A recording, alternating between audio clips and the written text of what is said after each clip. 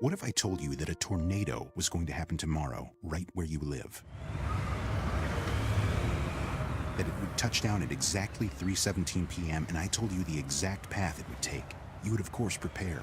You would talk with your loved ones and you'd make a plan today.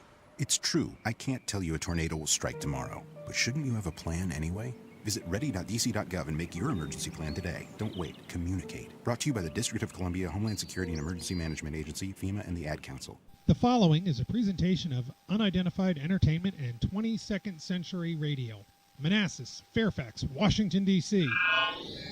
Just listen. You're going to want to hear this story. Now, it's going to sound ridiculous at first, but the longer I talk, the more rational it's going to appear.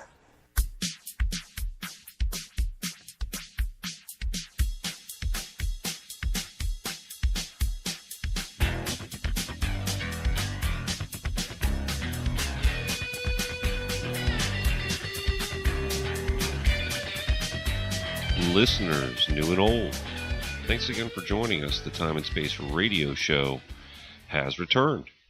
You can contact us via Twitter at Time and Space US. We might provide other ways to get in touch with us at some point in the future.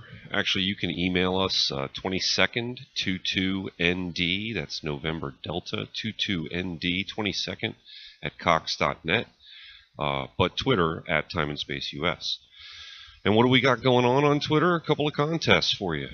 Hashtag Russia18Picks. You choose the 3 teams, not from South America or Europe, that you think are going to perform best in this summer's World Cup, and you can win Litecoin prizes. Details have already been posted on Twitter. Hashtag Russia18Picks. Now, I have a quick headline for soccer fans. In case you're not catching this story, it has become something.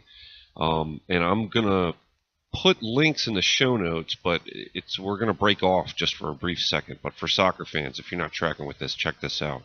The headline is Spy Poisoning. How is the UK retaliating against Russia? It's from the BBC, March 15th, just a few days ago. And very quickly, under the section in the article that says what has been announced, I'm quoting, ministers and royal family members to boycott the World Cup in Russia later this year. It's not clear, it doesn't appear to be the case that England is going to pull out of the tournament. They have qualified, of course, and are playing, but this whole other thing is going on, and I thought you might find it interesting. So I'll put the link up. Again, it's from the BBC. Ministers and royal family members from the UK are going to boycott the World Cup in Russia later this year. Very interesting. So hashtag Russia18Picks for our contest. We also have hashtag Tiangong Down, of course. When will the Chinese space station Tiangong 1 crash back to Earth? We're not asking where, we're asking for the date. And you can win Litecoin prizes. Hashtag Tiangong Down. One of the reasons I hadn't endorsed an app, I think I said that last week, the one that I was using on my smartphone, which had a feature like Star Walk, I think I said Stargazer last week or something, but anyway, the name of the app I was referring to, I believe, is Star Walk. That app removed Tiangong 1 from its list of available feeds, which was crazy because I had used that app. I had gone out 3 straight nights using that app to see Tiangong 1 for myself with my naked eye. First I went by myself. The second night I went out with my daughter. And the third night I was actually out with Captain Kirk, and it worked all 3 times. Thought it was great. The next day I got up, that 4th day, and looked at the app, and the feed was gone. So unfortunate, but I'm trying to find another app that I can use. Anyway, it did work, and clearly as it slowly descends, it becomes easier and easier to see. So you should get out and check that out and play our game. Hashtag Tiangong Down to win prizes. Check out the space station, but also let us know what date you think that thing might actually come back down. So let's move on to this week's narrative, if we could. I'm going to do some segments very quickly here. I'm going to try to keep it moving, and string a few stories together because I think it's just interesting information. And there's a couple things that had come up that became headlines that I couldn't just ignore. I had an entirely different storyline I'd been working on, but I think that this is the way to go. So hopefully you can sit back and have a cup of coffee or tea or whatever it is, and enjoy the following couple of stories. Let's start with the great Stephen Hawking. Stephen Hawking died last week at age 76, and of course there's a lot that's been said already, very thoughtfully and sincerely by a lot of people. I would actually like to keep my segment about Stephen Hawking, which I had not planned on doing, aside from just a grateful hat tip to a brilliant mind. I would like to actually point out a few statements that he had made and use them to set up a discussion for this week, because I think all of it, again, is really worth stopping and giving some thought to. Maybe not as far out as it might sound from the beginning. As a collection, and considering the source, these remarks are powerful. It's Professor Stephen Hawking. There's no additional commentary really necessary. With respect to Professor Hawking, I'm going to read these lines myself. Again, we're not trying to do bits or anything silly like that, with material like this especially.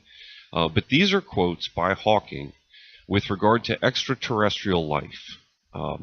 Some of I'll put links up from some of the sources, sites that people are familiar with, Brainy Quote, simple stuff like that, or news sources. I have one from CNBC and a couple of others we'll get to in a minute. But these are quotes by Hawking on extraterrestrial life. I believe alien life is quite common in the universe, although intelligent life is less so. Some say it has yet to appear on planet Earth. One thing I will say, I was not like an avid fan, if you will, of Stephen Hawking. I hadn't read a bunch of his books or anything, like most people very familiar with the guy. I have to say that quite often some of the remarks he made me laugh. He had a sense of humor that will be missed. There's no question about it. So, another quote: "We are just an advanced breed of monkeys on a minor planet of a very average star. But we can understand the universe. That makes us something very special." Hawking also said, "Somewhere in the cosmos, perhaps, intelligent life may be watching these lights of ours, aware of what they mean." Now, I don't want to, just sit here and pop off Hawking quotes. I did want to drill down into some of the material that the gentleman left behind, because it's really interesting stuff.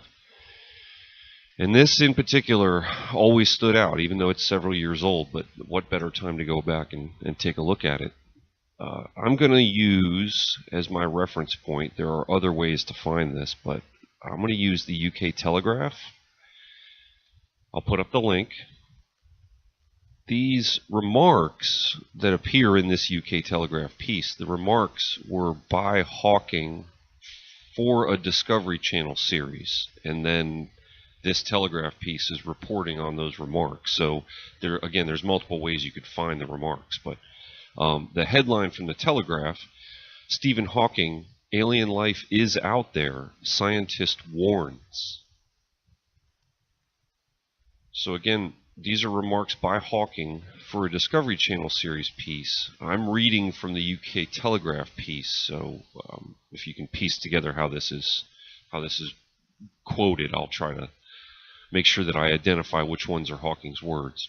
Quote, this is Hawking. Again, I'm reading from the UK Telegraph piece. Quote, "To my mathematical brain, the numbers alone make thinking about aliens perfectly rational." End quote, he said. Quote, "The real challenge is working out what aliens might actually be like." End quote. Again from the piece, Hawking says that they could be microbes, basic animals such as worms, which have been on Earth for millions of years, but suggests that extraterrestrial life could develop much further. Quote, "We only have to look at ourselves to see how intelligent life might develop into something we wouldn't want to meet." end quote, Hawking said. Quote, I imagine they might exist in massive ships, having used up all the resources from their home planet. Such advanced aliens would perhaps become nomads, looking to conquer and colonize whatever planets they can reach, end quote. Still from the piece, the scientist, who is paralyzed by motor neuron disease, warned that contact with alien life could spell disaster for the human race. Quoting Hawking again, quote, if aliens ever visit us, I think the outcome would be much as when Christopher Columbus first landed in America, which didn't turn out very well for the American Indians. End quote. And that's the end of the parts of the piece that I wanted to read. Pretty amazing. I was not the only person that was impressed by those remarks, by the way. That was from a 2010 interview with Hawking. In 2012, there's a film called Battleship that had been released, science fiction. The opening scene of the film, a character uses that Hawking line about Columbus, the opening scene of the film. So go back and check out Battleship if you haven't seen it, or even if you have seen it and somehow you missed that. That was a Stephen Hawking reference. And finally, I have a lecture by Hawking from hawking.org.uk called Life in the Universe. It's a full lecture by Hawking. I don't want to sit here and read from it or quote from it. I believe he actually specifically, says the material's copyrighted, etc. Anyway, if you'd like to read some really extensive comments by Hawking, I'll put the link up for that. Again, it's called Life in the Universe from hawking.org. It's a lecture by Professor Hawking. So, all right, when we get back, that was all a big setup, if you will, for a couple of other stories I think you'll find interesting. It's the Time and Space Radio Show, and we'll be back for another segment. 22nd Century Radio.